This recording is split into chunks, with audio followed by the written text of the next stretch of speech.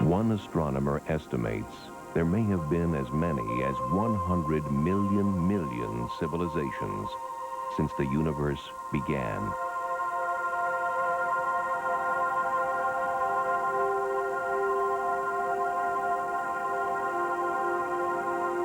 How unlikely is it then that we have been visited by one of them?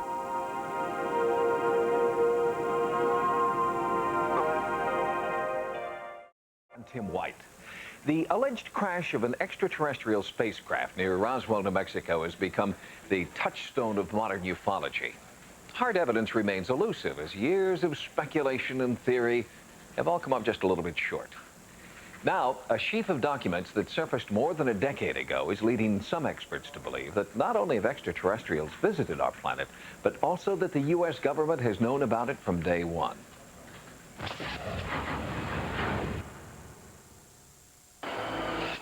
If one accepts for even a moment the premise that we've been visited, that an alien was here, that bodies have been found, there would have to be a control group established to examine, understand, and determine what the makeup of it is and what the motivations are and what our vulnerability is.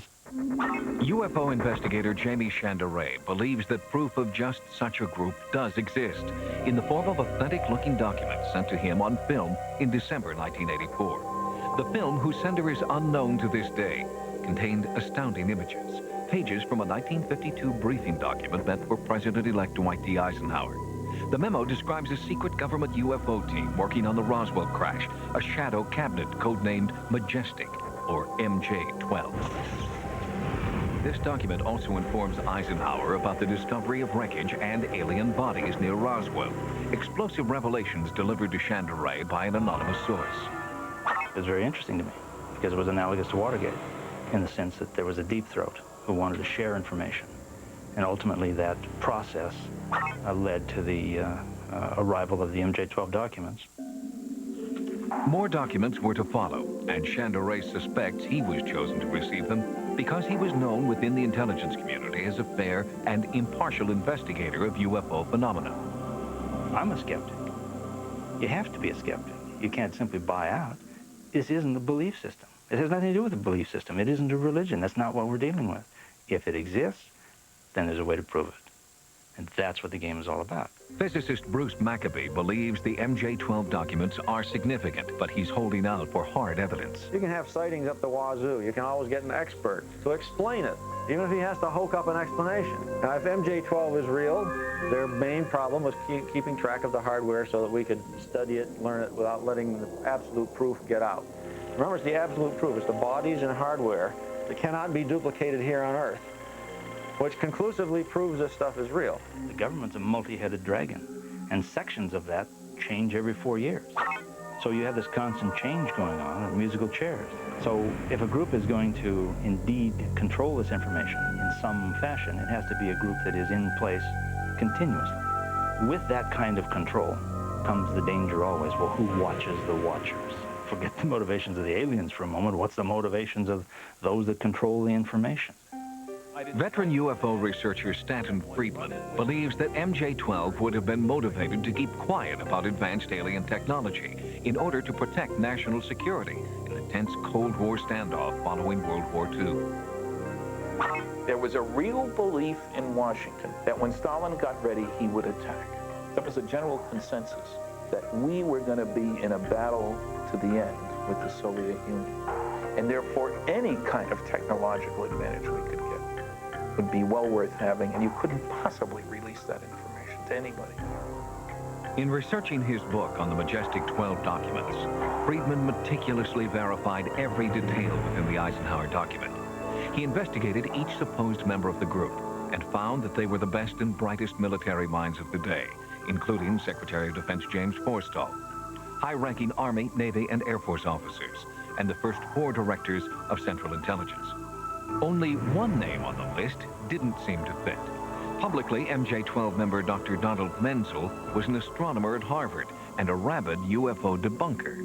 Menzel, in his position at Harvard, was in a perfect position to act as the astronomer telling the world this is all nonsense. Nothing to do with anything. This isn't real. We've got explanations for everything, which is what he did say. And I have found that his explanations are just plain wrong when you analyze them carefully. As a matter of fact, you get the impression that here was a top-notch scientist treating this subject totally unscientifically, trying to think up anything that he could do to snow the public, as it were, with an explanation, even if it made no sense. You know, it might seem, well, why would he be lying? Why would he do this? And others who defend him say, oh, he wouldn't do this and he wouldn't do that. But of course he would. He absolutely would, as would every single one of those individuals, and they wouldn't tell their wives or anything else. Because that was what was important for their country. Along with the Eisenhower briefing document, both Chandray and Friedman have found cryptic references to MJ-12 in declassified government documents, but nothing has bolstered the authenticity of MJ-12 more than this. More anonymous films sent to ufologist Don Berliner in 1994. On it, a supposed military field manual dated 1954. This was a set of instructions, really, to retrieval teams who would be at the scene soon after an event took place in which a saucer had crashed and in which there were bodies and wreckage. How to wrap them, what kind of boxes to use, where to send the pieces, what the cover stories were. And one of the things that comes through loud and clear is they wouldn't have put such a manual together unless this had happened more than once. Which makes you wonder, so how many of the crashes were there? How many bodies were retrieved? For verification of the new manual, Friedman turned to a former colleague, retired McDonnell Douglas scientist Dr. Robert Wood. If Wood, an expert in the detection of forged documents, could authenticate the manual, Friedman felt he would have proof of a government alien conspiracy. My initial reaction when I first saw them was, if this is genuine, why, it's dynamite, like the smoking gun.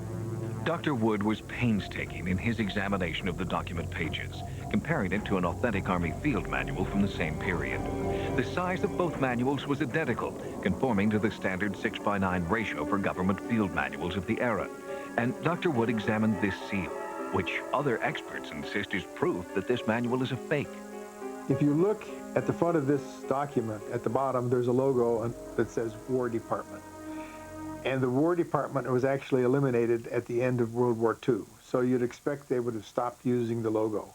But in fact, the Army, in its field manuals, continued to use the War Department logo up until as late as 1960. And we have exact copies of such manuals. These documents are genuine. They prove the case. You don't need anything more.